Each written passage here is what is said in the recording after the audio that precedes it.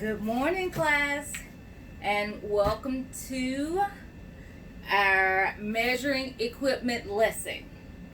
We may as well get started. You already have your measuring equipment information.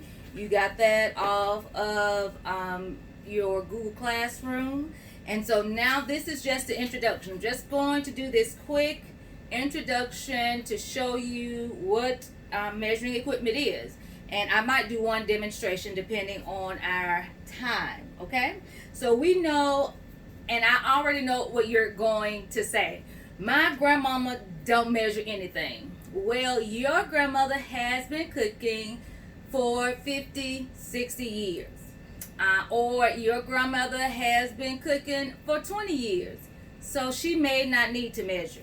However, I tell you all the time, there is a difference in cooking at home for your people and cooking in a restaurant. And eventually, even in a restaurant, you won't have to measure so much unless you're baking, because baking is a science, hence family and consumer sciences, okay? Baking is a science. So when we bake, which is how we'll always start in the kitchen, in the lab, is baking. That way I know you understand the whole realm of it. Using your equipment as well as the science and how it applies to the cooking processes. When you get into a professional kitchen, you won't always have to use your measuring tools, but I'm going to teach you the rules, and wherever you go and you find yourself employed, they will teach you what they want you to know. But I need you to know the basics. So most of these items we do have at home. Some of them we may not, or you may not have seen, and this is not all inclusive. But these are the things that we need. For instance, let's introduce this. These are measuring cups. So you can't come to me and I would never ask you, I would never say, Luann, go into the kitchen or go into lab and bring me a measuring cup. Because what is that? We don't know. But I could say, go bring me a liquid measuring cup. And that's what you would ask for. When you get ready to do your lab plans, you're going to always ask, or you're going to always write down on your equipment list, a liquid measuring cup if you're measuring liquids, or you're going to write down a dry measuring cup if you're measuring dry ingredients. So dry ingredients, your flours, your sugars, your salts, and anything that's dry, okay? Wet ingredients would be oils, waters, anything that's liquid. Hence the spout, and we'll go over in the next lesson on how to use, I want to say we're going to do dry ingredients next week. So liquid measuring cups, and they come in all sizes, and most of them have a spout because it's easy to pour, okay? And then dry ingredients. So these are commercial grade, because they're stainless steel and they're durable. They come all hooked together so you can keep them together. However, you can unloose the pin and use them singular, but in class you will never undo the pin because we want to keep them all together.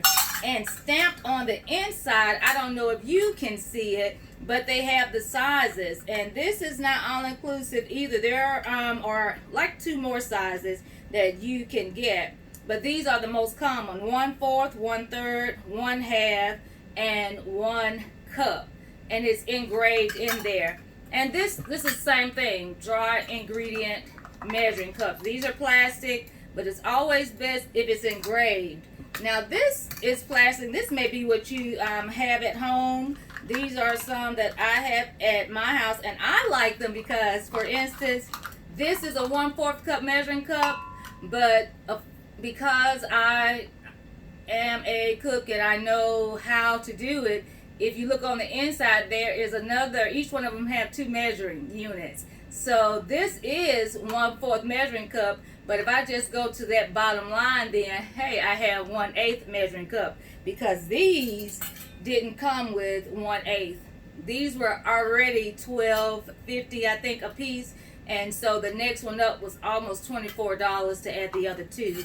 But this one that I have at home, I can just fill it to that line and I would use a small something to level it out, because we'll learn when we go through the examples how to measure, that we have to use some type of straight edge to measure our ingredients. But this is a dry measuring cup. So you would never put on your lab plan or ask one of your classmates or your lab mates to go get you a measuring cup. They would need to know what type of measuring cup. If I hear you or I see measuring cup, that's going to be some points off, because you know that you need to be specific. Okay? So we have liquid measuring cups, we have dry measuring cups, but there are also other things. So these are measuring spoons, and of course the same thing. They are engraved with sizes 1/4, 1/8, 1 teaspoon, 1 tablespoon. So the kids will always say, but it says I need 2 tablespoons. Well, let's use some reasoning skills. If you need 2 tablespoons, please don't grab 2 tablespoons. All you need to do is measure out 1 tablespoon, let's say, of sugar, and then another tablespoon of sugar. Okay? So now this is the catch. There is no such thing as a liquid or a dry ingredient measuring spoon. Okay? So your measuring spoons you can use for both liquid and dry ingredients. Got that? So liquid and dry ingredients. But what if you are getting ready to make dinner, and it says that you need a 8 ounce of something? Well, for me today, I'm having salmon. So this would be an electronic scale. So you have scales and weights also. So this is what you would use to measure, but you don't even have to use this. Let's say we don't have that. You would use this. We use a plate, we put it on there, and then you would tare it.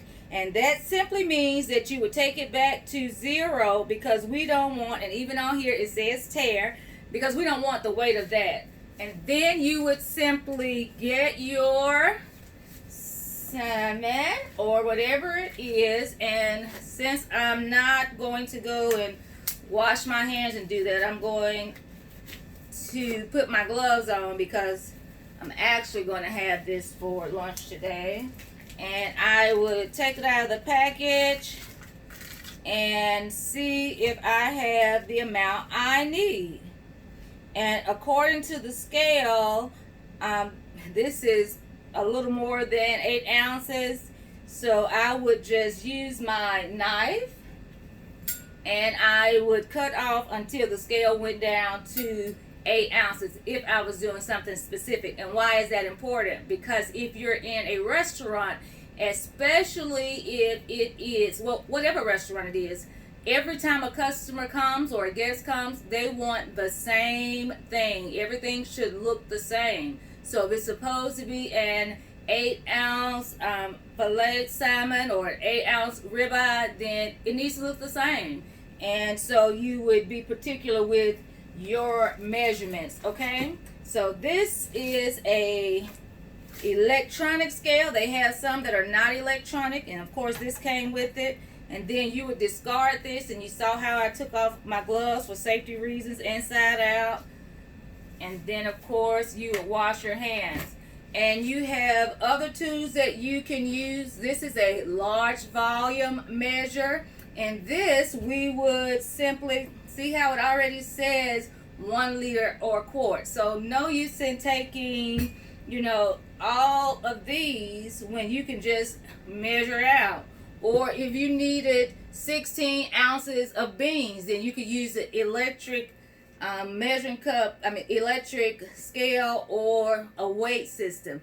There are all types of measuring tools and equipment, and I'm really excited to show you. I tell you all the time, if you can read with understanding, then you can cook. So after we get a full understanding of all the measuring equipment, on next week we're going to learn how to use the dry measuring ingredients measuring cups. I'm going to show you a few things, and then we'll look at some of the liquid measuring cups, and then the culminating experience will be on Zoom. We will cook together, okay? So I need you to look at your assignments and your ingredient list. We're going to do peanut butter cookies, because in that one you have to actually measure out brown sugar, and brown sugar is measured differently from granulated sugar, and even different from confection sugar, which is 10x sugar, the very fine sugar that you put on your funnel cakes and other sweet things and your other sweet treats. So if you look at all of that, you can be gathering your ingredients and your tools, because that will be the culminating experience for us that we will bake together on our Zoom class. So you got to understand, and let's do a recap. You have dry measuring cups, you have liquid measuring cups, you have measuring spoons that measures both dry and liquid ingredients. You also need to know that you will always need a straight edge spatula. If you don't have a straight edge spatula, you can always use the back straight edge, or because you've been taught the parts of the knife, the spine of the knife, as long as it's not curved, to use for measuring as well when you're measuring your dry ingredients. And we'll take a look and we'll learn how to use all this equipment as class continues. I miss you guys. I've enjoyed talking to you. I love you, and we will see each other soon. Be safe out there.